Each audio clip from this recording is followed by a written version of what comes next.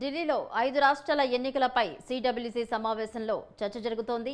AICC కార్యాలయానికి ఖర్గే, సోనియా, రాహుల్, ప్రియాంక చేరుకున్నారు. ఈ సమావేశానికి రఘువీరారెడ్డి, సుబ్బరామిరెడ్డి సార్వత్రిక ఎన్నికలపై కూడా చర్చించినట్లయితే తెలుస్తోంది.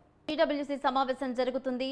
ముఖ్య నేతలు కూడా హాజరయ్యారు. ఇదే అంశానికి సంబంధించి మరిన్ని అప్డేట్స్ మా ప్రతినిధి భవిత అందిస్తారు. భవిత.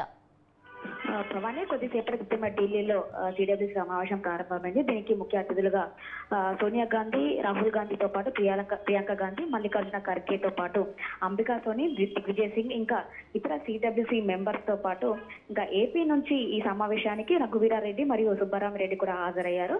ఇంకా తెలంగాణ నుంచి సీఎం రేవంత్ రెడ్డి కూడా హాజరు కావాల్సి ఉంది. అయితే ఇక్కడ జరుగుతున్నటువంటి తెలంగాణ అసెంబ్లీ సమావేశాల నేపథ్యంలో ఈ రోజు అసెంబ్లీలో ఇటు విద్యుత్ పైన జరుగుతుండటంతో అప్పటికప్పుడు ఈ నిర్ణయాన్ని క్యాన్సిల్ చేసుకోవడం జరిగింది. ఇంకా ఇక్కడ నుంచి తెలంగాణ నుంచి కూడా ఎవరు ఈ సమావేశానికి కూడా హాజరు కావట్లేదు అని చెప్పేసి మనకు తెలిసింది. అయితే ముఖ్యంగా ఈ సమావేశానికి సంబంధించి మొన్నటి వరకు జరిగినటువంటి 5 రాష్ట్రాల ఎన్నికలలో ఈ కాంగ్రెస్ పార్టీ ఏదైతే ఉందో ఘోర పరాజయం పాలైందని చెప్పవచ్చు.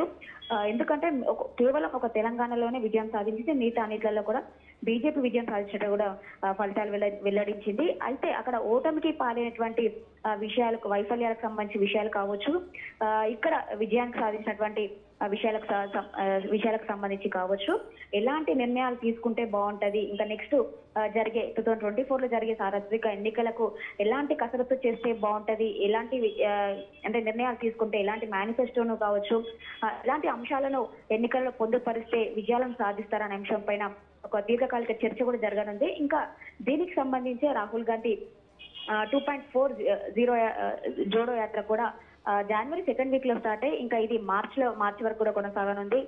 ఎందుకంటే ఇక్కడ కూడా జోడో యాత్ర చాలా మంచి ఫలితాలను ఇచ్చిన కూడా ఇప్పటికే సిడబ్ల్యూసీ కావచ్చు, ఈ అగ్రనేతలైనటువంటి వారు నమ్ముతున్న పరిస్థితి ఉండడంతో ఇంకా అక్కడ కూడా మళ్ళీ 2.4 జోడో యాత్రను కూడా ప్రారంభించనున్నారు.